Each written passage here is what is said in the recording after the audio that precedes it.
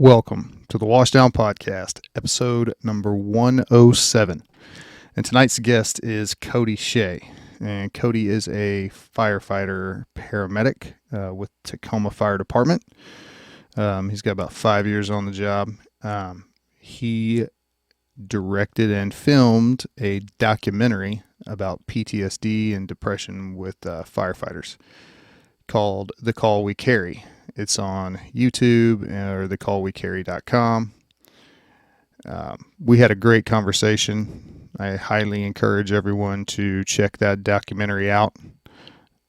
So like, subscribe, leave a comment, hit the notification bell, all that stuff if you're watching on YouTube. Yeah, here you go. Episode 107 with Cody Shea.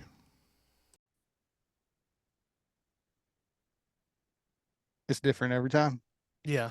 Well, then, because I wonder if the first 3 seconds of the video are us just staring stupidly waiting for the.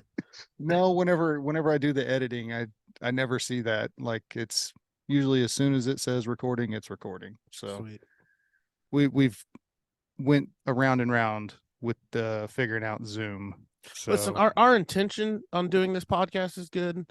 Our intelligence is maybe not so high. well, Learning Cody, curve. yeah, welcome to the show, Cody. Thanks for doing it. Thanks for having me, fellas. So why don't we start? Just introduce yourself, where you're from, and then we'll get into everything. Sure. I'm Cody Shea. I live and work in Tacoma, Washington. I've been a fireman for 5 years. I've been a paramedic for coming up on 2 now. So still a fresh medic, and got into this profession. Well, I was exposed to this profession ever since I was a little kid, but both my folks were firefighters, and I kind of rebelled against the family tradition up until I was about 29, and then I finally decided to give it another shot, and got hired at 29. So just waited for just before the cutoff or do you have an age cutoff there?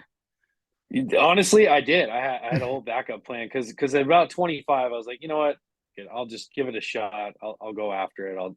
I'll take some tests and see if I can do it. And I said, if by 30 that don't work, I'll get my paramedic cert and I'll move out of state. I'll go work for a metropolitan system that actually had city-based EMS to get some experience, to see where life took me. And that was my whole plan, was to get my medic cert. I was working for private ambulance before I got hired, and then going to medic school at the same time, doing that online program, Yeah. Somewhere out in the East Coast, and just kind of going through the motions. And my plan was to get my cert and then move to New Orleans. I had some family living down there. No. Yeah. I'm glad life didn't work out that way. But then I was going for Seattle. Both my folks were Seattle, and that was kind of my dream. Was I wanted to work for the same department my folks worked for, and keep the legacy going and all that BS they all teach you. And then I got offered by Tacoma, and it was probably the best thing that ever happened to me. And dropped out of medic school immediately, and started about a month later. That was the first smart choice you made. I had to go back though. Now I'm a medic, so bring it on. Yeah, well, no, he's a medic. So you're a medic too? Yeah. All right. Yeah. Do you guys have medics on your fire apparatus? Yeah, we run ALS pumpers and obviously ALS ambulances and BLS ambulances. So okay, so we have a similar system. Yeah. We only have about 4 ALS engines right now. And that's kind of probably the best job, I think, once you have some experience on your belt as a medic. Yeah. Yeah, that's what all the medics seem to say, is being the medic on the pumper is the best of both worlds. Except they all have to split time on the ambulance. So well, you always lose somewhere. You get on a medic unit, you're gonna have the best ALS calls, but you're not gonna be on the line anymore. Yeah. So I always look at it like, well, you get the best of both worlds on that one. Yep. But I got hired, and got into the department. And before I was in the department, I was doing still photography and videography, kind of on the side. I worked for a skateboard company and in the skateboard industry for years before that, and did videography and still photography for that. And then bought some new gear when I got hired and started just taking advantage of my access to the department. And they started using some of my photos, and before I knew it, they were kind of like, you can come wherever you want and take photos. So I had pretty much unlimited access in the department. Nice. And, yeah, that's kind of where I live right now. If there's a cool tech rescue drill or something, they might give me a call and I'm like, yeah, I'll come. And go to the top of the bridges or top of the Tacoma Dome or wherever.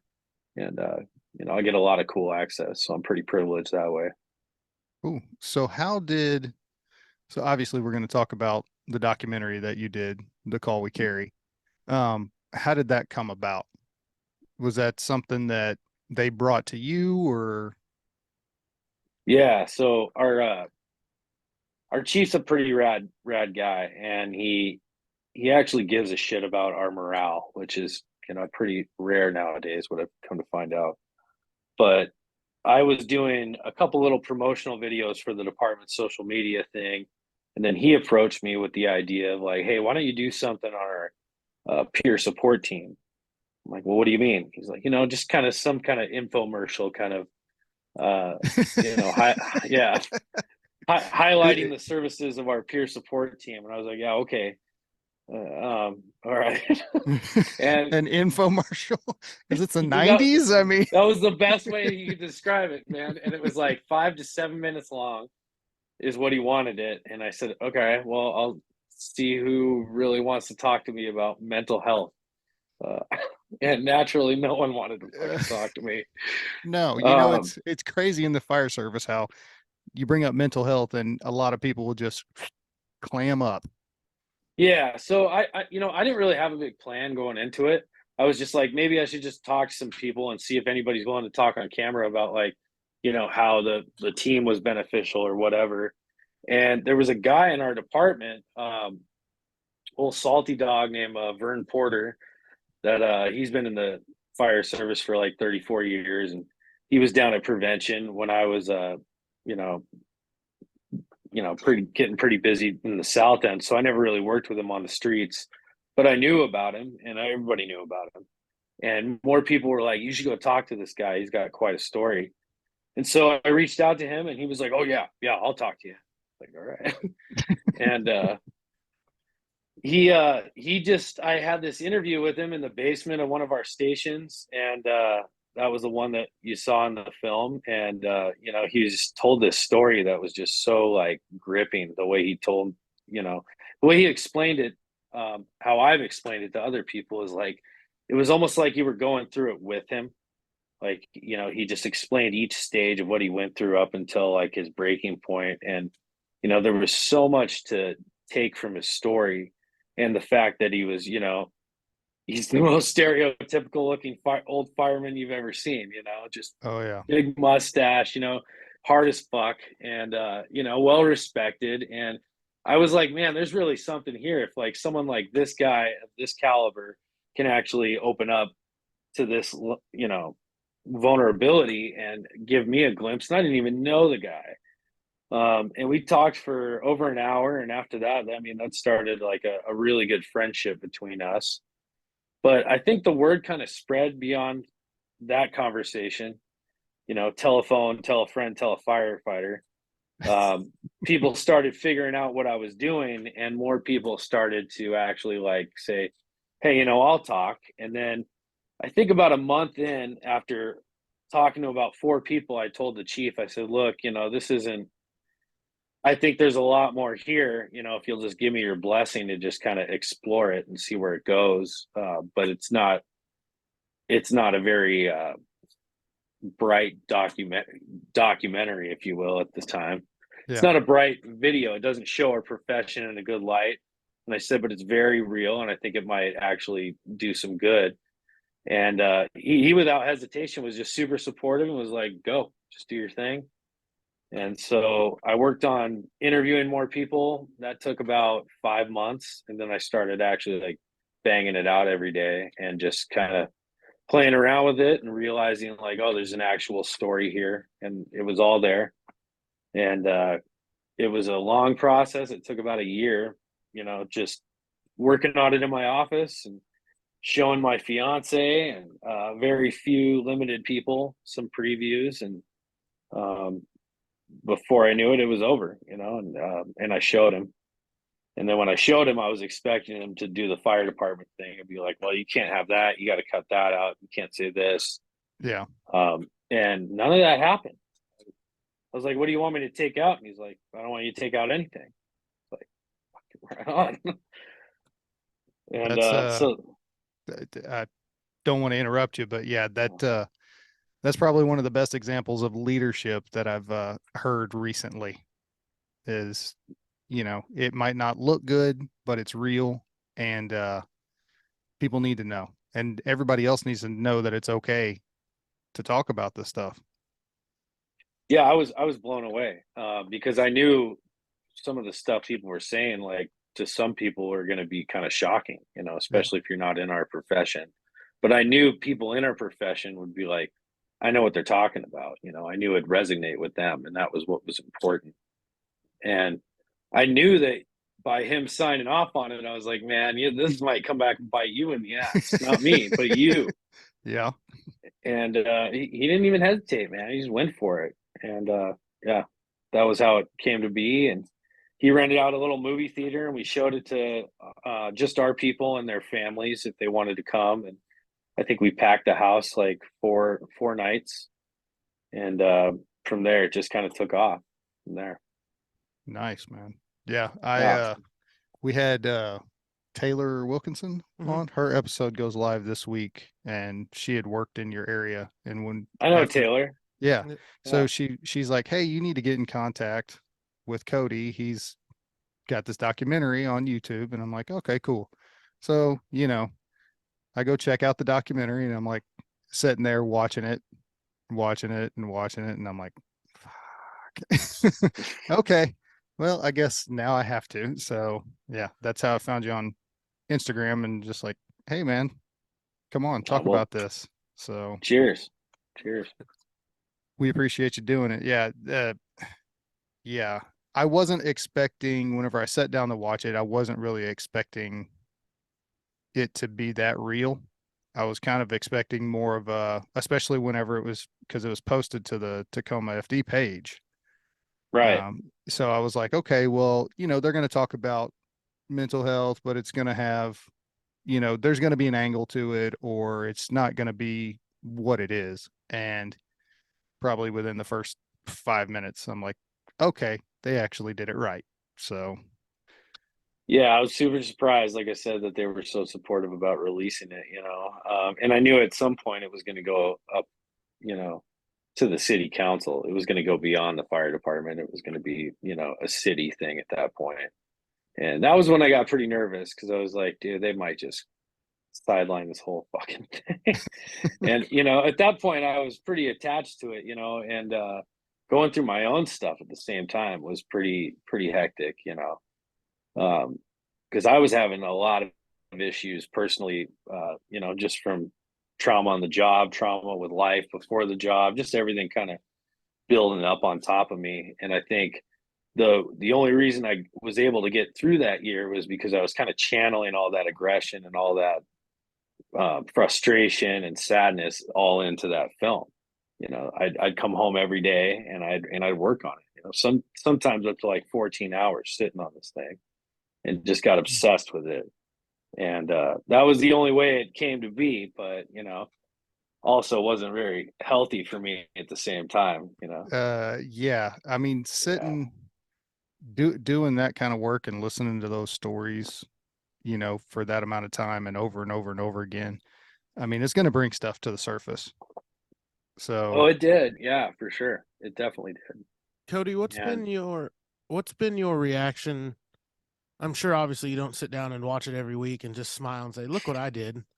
But No. when you do talk about it, or you do watch part of it, with all your emotion and like you just said, some of the stuff that you were using it almost as a coping mechanism through a lot of the stuff you're going through, looking back on it now, how do you feel? Does it bring back up any reaction for you, or are you at peace with it? Where are you at with that stage when you look back on that documentary? I feel like I'm kind of, I can see the light at the end of the tunnel. I still feel pretty involved in it. They gave me the go ahead to enter it into film festivals, and that's been a good reception to get people to see it that would normally never see it outside of our profession. Because people need to know, they need to know what they're voting for when their fire department needs more stuff or more staff, or they should know, like, this isn't just what you see on the movies. Like, this is actually like harmful stuff, and we go home pretty messed up sometimes. So the hard part for me, I think, at the end of it was, for one, being done with it, not having anywhere to put that stuff. But second of all was, I wasn't really ready for all the attention of it, for sure.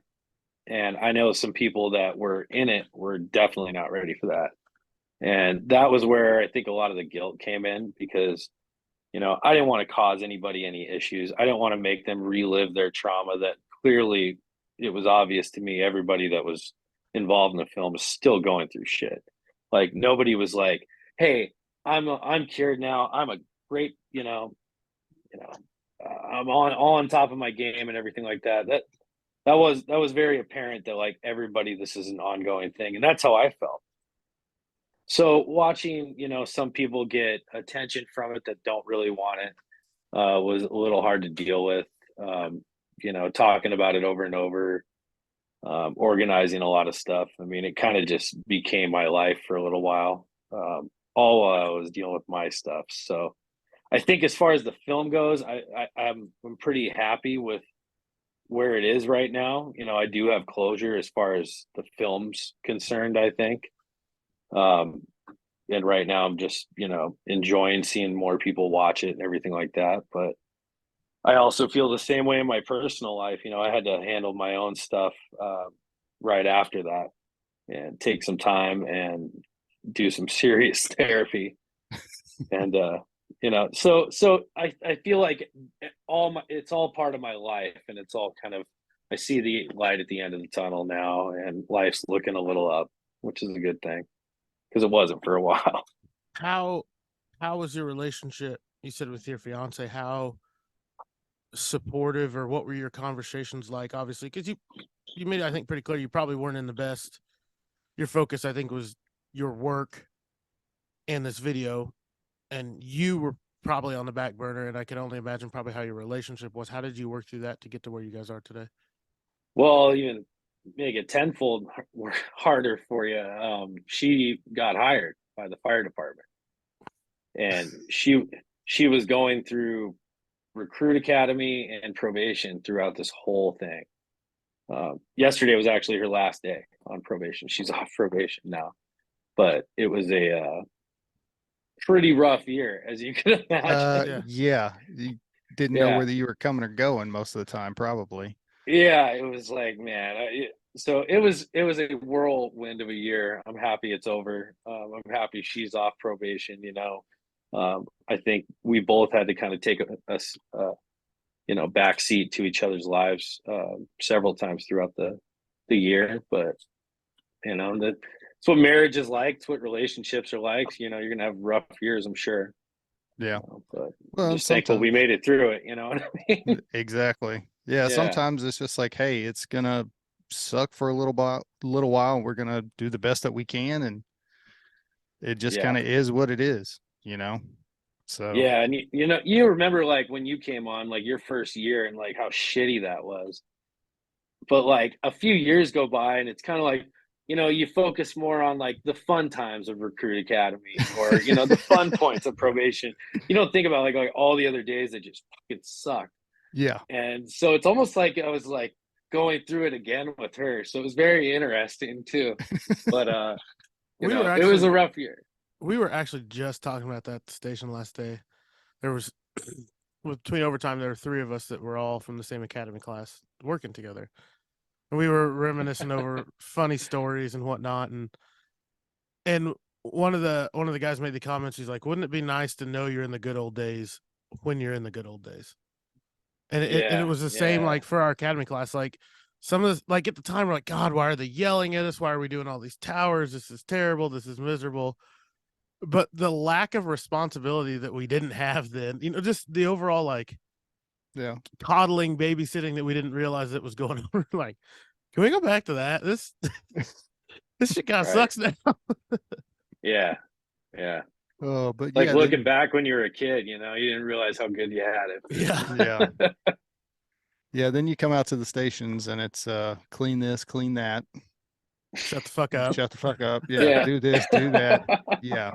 Those are the days you come home at 8:00 in the morning and you're like, I don't even know why I signed up for this. I am quite literally the dumbest person on earth. Yes. I know nothing. Yeah. Well, and that's what's weird. I don't know, kind of like for being a medic coming on this job, it was a weird dynamic too, because you go into the stations and they're like, shut the fuck up, clean this, your opinion doesn't matter, we don't give a shit about you, you probably won't even get back. But then you run the medical call and they're like, what do you want? You're in charge. I'm like, nah, I'm shutting the fuck up and I'm gonna go clean this sink while you take care of this person, because that's what I'm good at. Yeah, man, it was hard to it's hard to prepare somebody for that too. You can't just be like, this is what's going to happen, this and that. It's like you just got to figure it out on your own. Yeah, you got to go through it just like we all did. Yeah. Well, but as far as go ahead. Oh, I was just going to say, as far as our relationship, it took some time away from it for sure, because I was so damn obsessed with trying to finish it. But I'll tell you, she was probably my best resource throughout the thing, because I get stumped and I'd be like, can you watch this and tell me what you think? And she was just brutally honest with me. She's like, you can cut that out, you can cut this out. And like her opinions like actually got the thing done, which like I can't thank her enough for, because there was times I was like, I don't even know what the fuck I'm looking at, She get an editor credit? Oh, for sure. She got a thank you in that one for sure. Yeah, she did good though, but she was super supportive of the whole thing, and she continues to be. So did you tell her like after like, hey, we can't break up because you're in the credits now, and that's just gonna be awkward going forward? Yep, for sure. So in the process of making this, and I want to kind of go back to something a little bit of that you said of preparing people for stuff. Did that topic ever come up of how we could potentially prepare the next generation better for those mental challenges that we face, make them help them be a little bit more resilient so that they don't have to go through the same crap that, people from my generation, James' generation, your generation have gone through, to where we're maybe cutting down on the addiction rates, the PTSD, the suicide rates, and all that stuff. Like, is there something that we can do, or an idea of something that we can do, like in the academy or in their first year or something, to where we're giving them a little bit of armor for that? Yeah. Well, I'm a big proponent of that. I mean, I think the key is get at them early, get at them young, get at them before they see the shit, so they can recognize it when they do see it. Recognize the behaviors. Our department's been showing the film to the recruit classes while they're in recruit school still. Fantastic. That's and great. they've been having really good success with it. And I look at it like, if you give these people these tools and these options, then this taboo thing that we're so used to, as within the fire service currently, about it being a stigma and something you don't really talk about because it makes you look weak. If you kind of break that down before they even get into the profession, hopefully, in 10, 15, 20 years, that stigma will have actually gone away, that people will feel more comfortable. But I'm more concerned now about where do we go from here, for services available to people. It's great that we're acknowledging it and everything like that, at least here. But I know, for example, on the East Coast, and a lot of people I've talked to aren't as lucky. They don't even recognize it as being a problem. Yeah. Which really bums me out. Yeah, that's from a lot of the conversations that I've had. You've got one or two here or there, and they're like, yeah, we're beating our head up against a brick wall trying to make change and get them to recognize this is a problem. And as far as the services and stuff, I mean, there are nonprofits, but they're spread out and it's limited space. And if you want to talk about, trying to get into see a therapist, especially one that is culturally competent and that knows what the hell they're talking about and what, whenever one of us comes in, they know what to look for.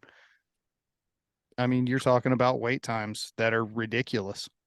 Months. And and it's not the therapist's fault. It's not the nonprofit's fault. It's just there's not enough of them to go around. They're just as, if you look at it like being short staffed, they're even more short staffed than we are in the fire service or in the police force. One thing I've heard, we probably all hear it at the fire stations. You and I have joked and bitched about it before of, well, the people we're hiring just aren't the same these days. That could be, it's true and it's not. But one thing I like about, and Cody, Jeremy, now have had this conversation in previous episodes. One thing I like about your documentary is, in all honesty, it may be the most valuable recruiting tool for the fire service that's out there. For a long time, we've recruited off this facade of come be a hero, get your cape day one, come make a difference, come save lives. That's a part of it, but that's not the true reality of what this job is. And it's not the fault of the people that are like, hey, I'd like to step up and help my community in this glorious way that we see advertised on Station 19, Chicago Fire, whatever you may say it would be. Let's just tell them the truth. We may get less people, but we may get the right people, and not people that we've lied to about what this job is to come on, and they very quickly realize, hey, this isn't what I was signed up for, truthfully. And it's a disservice to the citizens. We're using their tax money to put them through an academy and buy them gear and do all the training for them to last a year. It's a disservice to the citizens on a grandest scheme, really, if you think about it. Yeah, I mean, I've seen people quit already. Like they've gone through a night where they've had two, pediatric shootings, and literally they've just quit. They're just done. And I feel like those are the kind of people that, like, they were clearly not warned about what was coming, or clearly not debriefed. There's always room for improvement, I guess is my point. Yeah. And I've seen that. So I've got 18 years on, and I can tell you 7, 8, 9, 10, even 10 years ago, you didn't see people quit. I mean, like, very rarely you might see somebody leave, before it was time for them to retire if they weren't injured, but it was super, super rare. And now it's like I've lost count of how many people with less than 5 years on have just said, I'm out. And just be completely out of the career field or go to another department or whatever. And it's like, hey, we have to find a way to retain these people and probably hiring the right people, like you said, at the beginning will help with that. And that being said, this job ain't for everybody. We all know that. Yeah. But I hope, I just hope they get at people early and try to instill some of these notions into them before they have any experience. Build upon that foundation at the recruit level, and so when they come into the field, they already have this knowledge and understanding about what is available to them, and that it's okay, and that what we see is definitely not normal, and that's all right. That's all right. Well, and so, and I think it's just, like you said, it's not about saying like, hey, when you see this is what you do. It's just keeping it open, saying, hey, you're going to see something along these lines. Here are resources available. Here are different ways, because it's so in our nature to just say, oh, look at this problem, I must quickly solve it. That's our job title. That's what we're paid to do. It's in our nature, and we're going to want to quickly tackle any challenge and immediately come up with a solution. And when it comes to mental health, or just especially preparing for the lifestyle and some of the things you're going to see, it's not an acute fix. It's not happening quickly.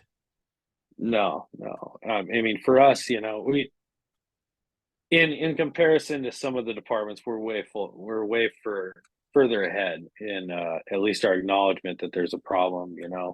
I know locally what some of our issues are more at a state level, but also like you said, the resource level. You know, what does someone do when they actually like go through a rough shift and they're like, man, I don't see an end right now. Like I need to talk to somebody right now. And it might not be on the peer support team. Their department might not even have peer support. They might not even know anybody in the department well enough to trust them. So what, you know, in an ideal perfect world, what I would like to see is a program like Rebound, which we have for us, where if you're hurt, you call and you get an appointment within 48 hours for whether it's your back, your leg, you know, anything you need to get you back to work. But look at mental health in a similar aspect to where those resources are available to you right now. And you'll have a list of, like you said, competent counselors that have experience dealing with people in our professions. I think traumatologists are probably some of the best fit for that job. But having those resources available, and then also, you know, educating L&I and state workers' compensation to that this is actually a thing, and quit trying to actually put money and resources together to try to fight these claims versus actually like trying to get people the resources they need. You know, it's one thing to go through a crisis and not have any help, but it's another thing to go through a crisis and then fight, for instance, the fucking state who's like, well, you can't have PTSD because you can't, you know, give us one particular incident where this happened. And we all know this job's accumulative stress. You know, this Yeah. shit builds on top of each other. Yeah. So And what is so crazy on that topic, Cody, is it varies so much from state to state. Of, you know, like Arizona, we had Travis Gribble on the show. He was a cop in Arizona, and PTSD retirement, like it was done, not an issue. But you know, you guys, fuck no, we're the state. You don't have PTSD, and it's so wide and varied across. You know, every state's different. yeah, Why is it different? Like, it's not like the science changes at the state line. no, it doesn't. And you hear, and me personally, I know of people that have gone through things that like I personally can't imagine how I would handle if that happened to me tomorrow. You know, with people that are close to him. He's awake. Shocker, Yeah. firefighter has a Dalmatian. He's moving around. He's gonna plop. But you know, I've seen people go through things that I can't even imagine, and the level of disrespect that I take it personally. You know, when they're like, "Oh yeah, they denied me." It's like, how the fuck could they deny you? Yeah. You know, I can't imagine you're still walking around. You know, um, Yeah. there's always room for improvement, but I feel like we're further ahead than a lot of people, which makes me really sad.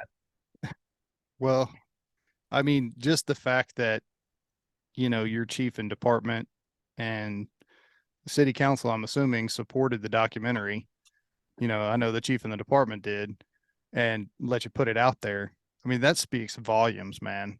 I mean, you really are. I think you guys are headed in the right direction with that. Yeah, And so, I mean, hopefully, you know, the resource part of it, you know, can get figured out, and prevention and all that stuff. But yeah, I think you guys are on the right track. I think, you know, we have all these unions, and maybe they need to get off their ass and like get some shit done at the state level across the right, United States, and get some shit right. done get some shit done at the federal level, and fucking make some changes. Or what are we paying union dues for? Right. Cody, what have you seen since your documentary came out? Culturally, just in Tacoma, what have you seen change everywhere from policies to just conversations in the station? What's different?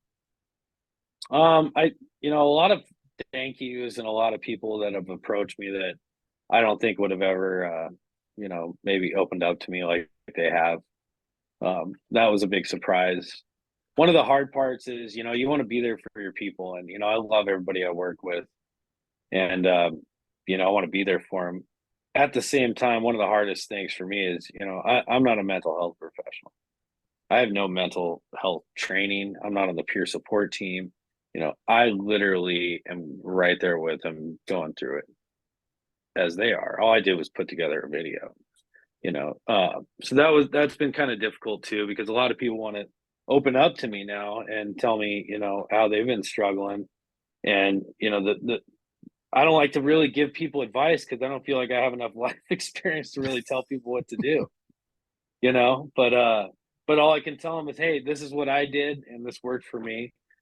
And I'm still fighting through it. So that's been a challenge.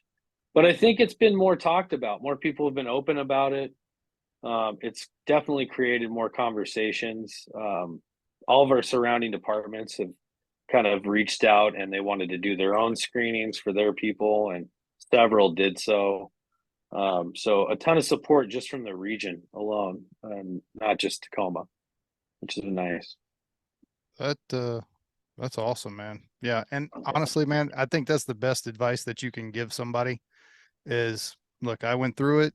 This is what I did for me. Everybody is different. It might not work for you, but the important part is I'm still here and I'm still fighting. And Yeah, that's what we kind of try to stress. I mean, is there's no one single treatment or thing that you can do that's going to fix everybody, because no, we're all individuals, right? So look, you got to the main thing is to keep searching until you find that one thing. Unfortunately, to quote Oak Island, we got to find the one thing. Cody, I'll ask you this: is it's kind of funny, but is there going to be a sequel? And I ask that is there still more of a story to tell?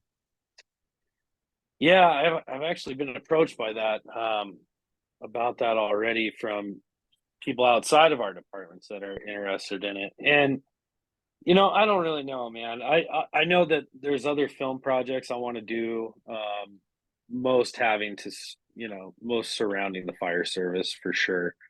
But I do think there's a lot more to be told. I just don't really know how to present it.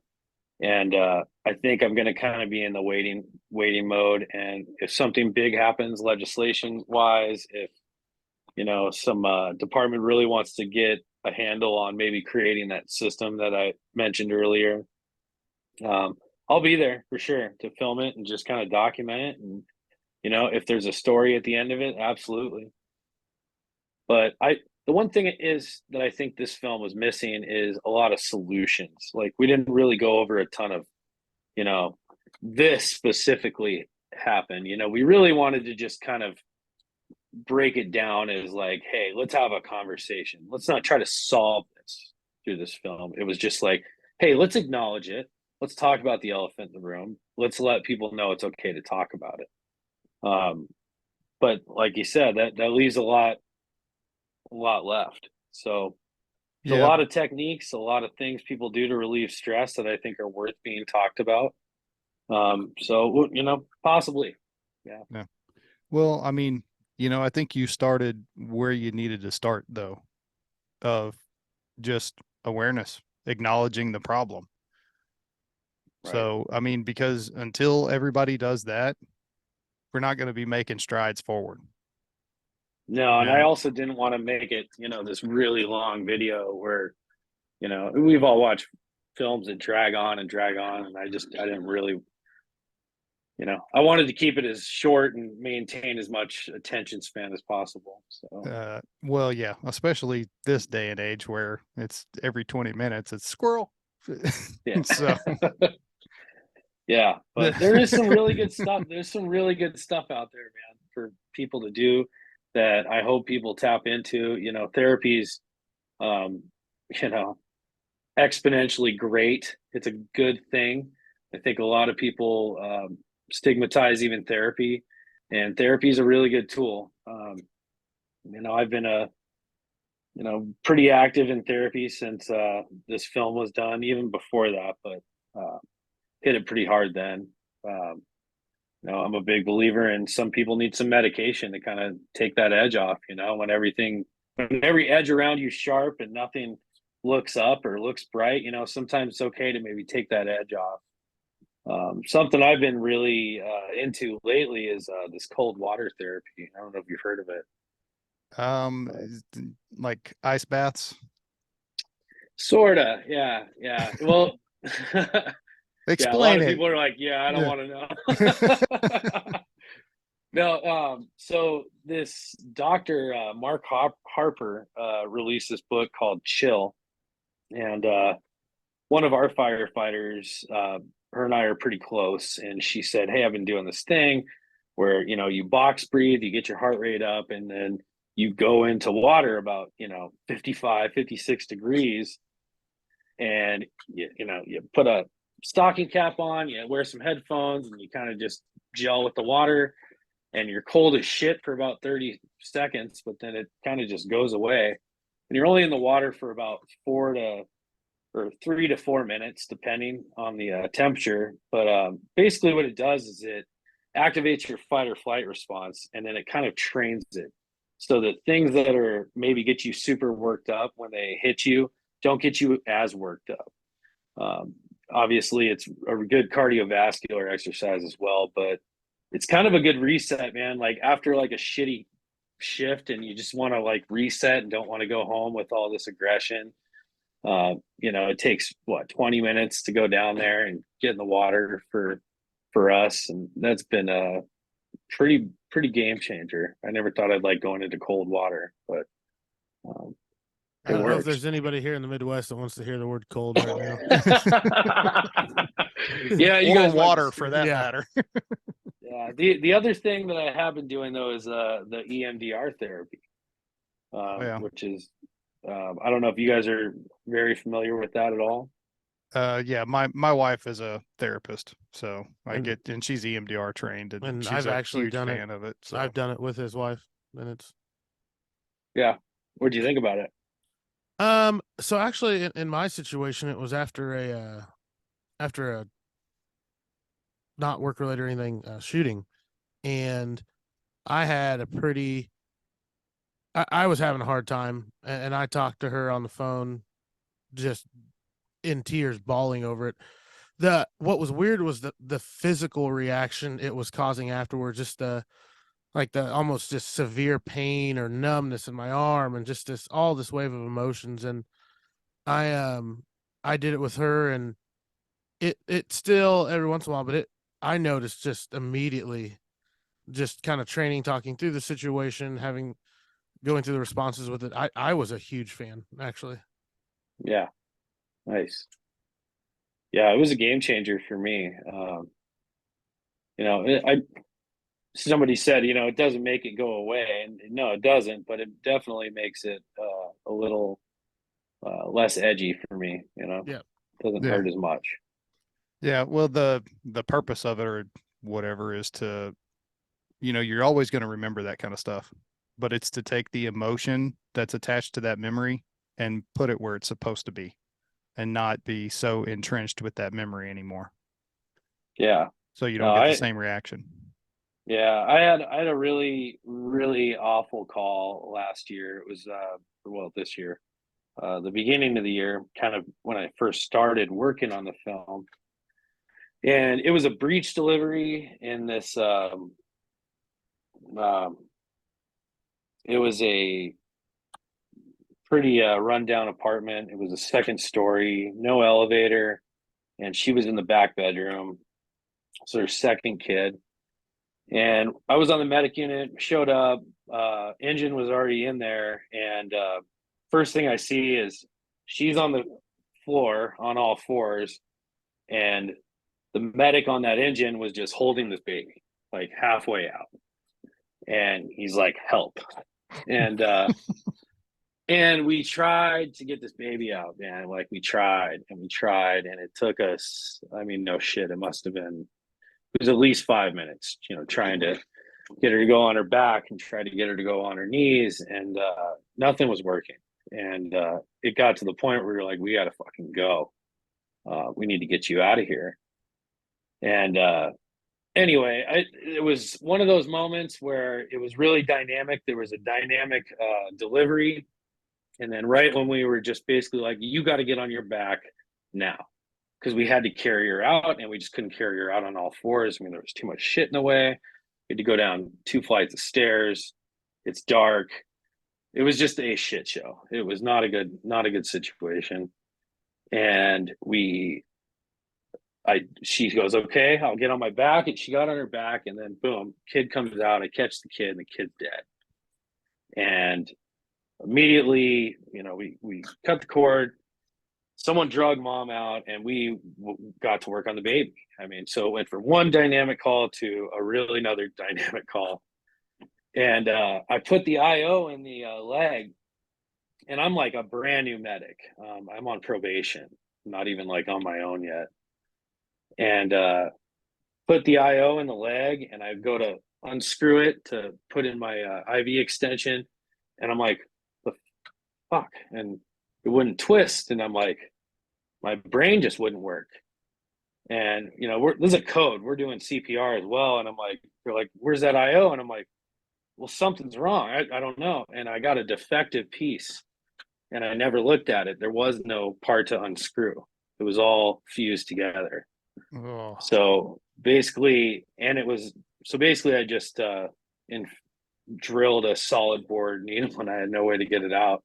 So I had to put in another IO, and then we lost the tube, and then we had to run out with this kid. And I mean, I was just all my training went out the fucking door, and I'm brand new, and I was just so stressed, and I was just so like, I forgot dose calculations, and I forgot like CPR fractions. I mean, and mind you, there was other medics on scene. I was the youngest and the newest out of about 4 other paramedics on scene, so we're all doing shit.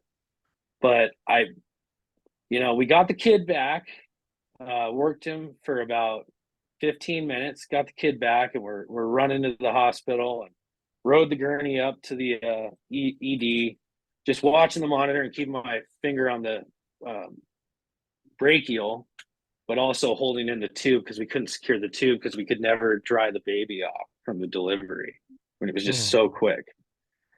And anyway, they took the baby. We got the baby there alive, and then the baby died. An oxic brain injury. And that was a tough one to swallow, especially being like my first baby code, and I didn't really know how to handle that one, man. And I really blamed myself for just not knowing my shit. Did it make a difference? No. Would it have made a difference? No, I don't believe it would have. But in that time, I was like, that was my responsibility. Doesn't matter if I'm new. I should have known that the CPR fraction was fucked up. I should have known that IO was screwed up. And then you just kind of like start picking apart your own process of treatment. And it's not a good way to navigate that by yourself.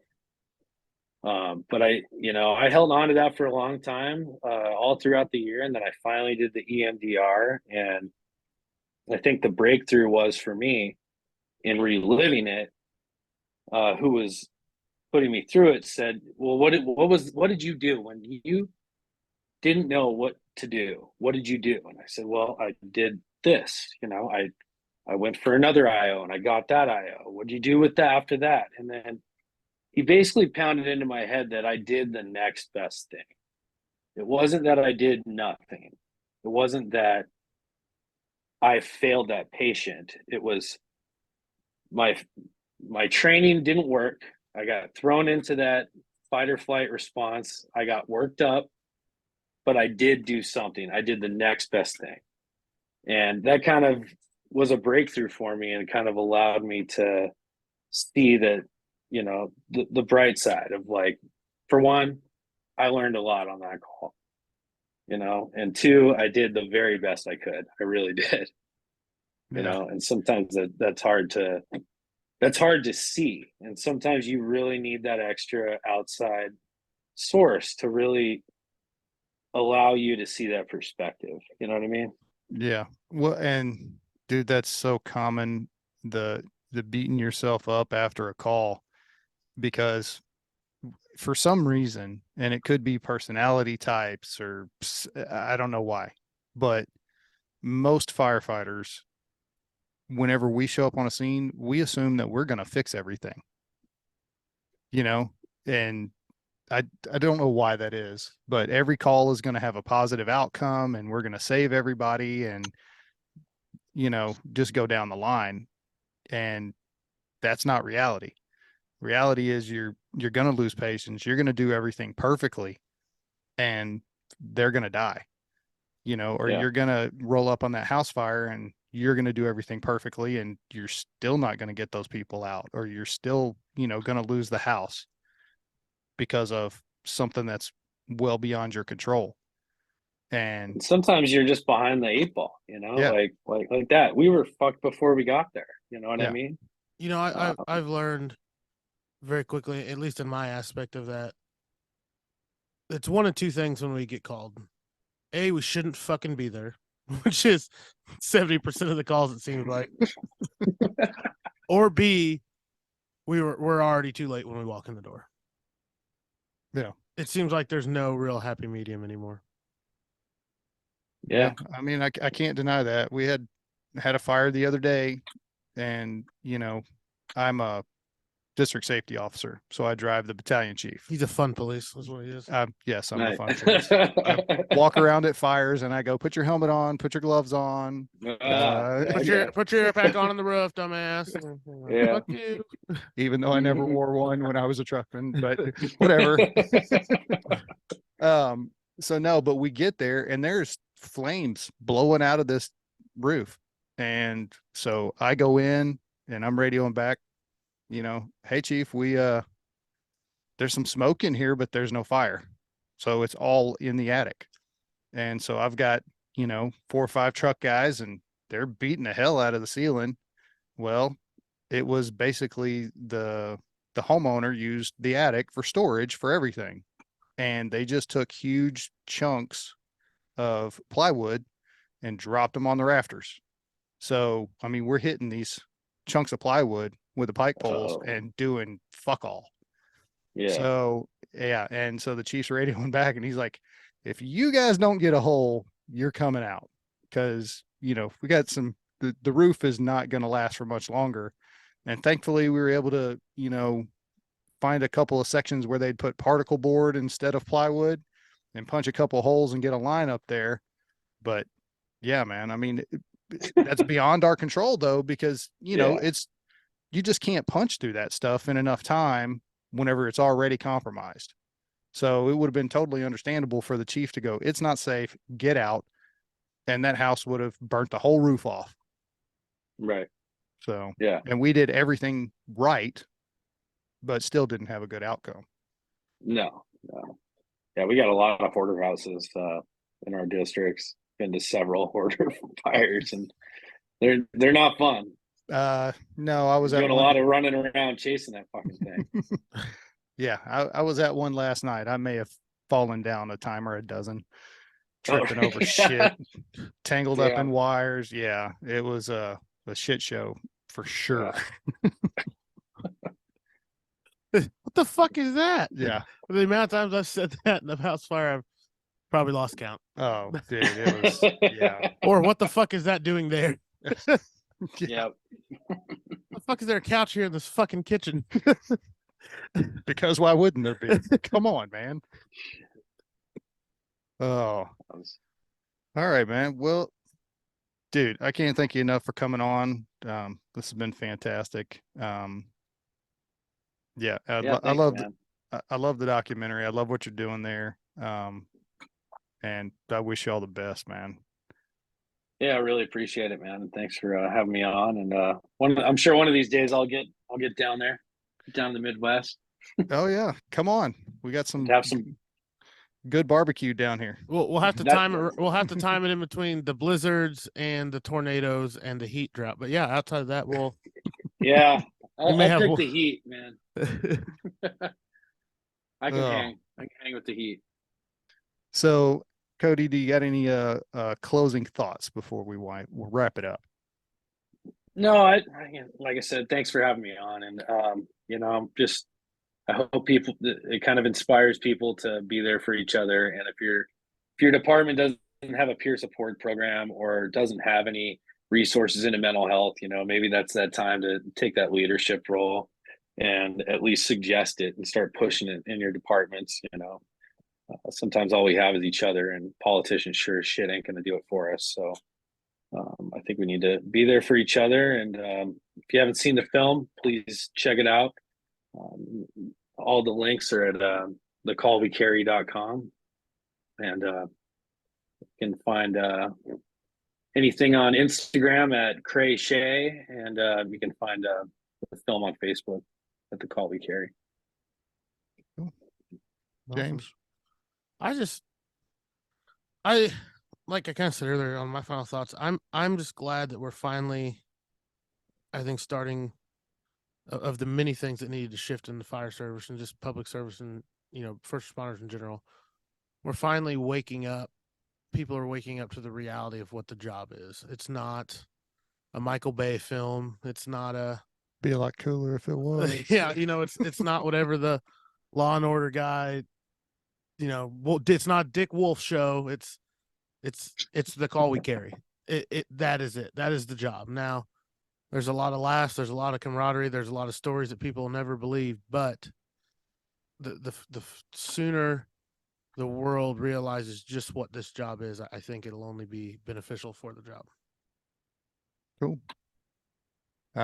Yeah. Once again, Cody, thanks for coming on, man. Appreciate it. And like you said, we'll end it like we do every episode. If you are struggling, reach out. There are resources out there. If you know somebody that's struggling, reach out, let them know what resources are available. And yeah, take care of yourself, take care of each other, and we'll see you next time.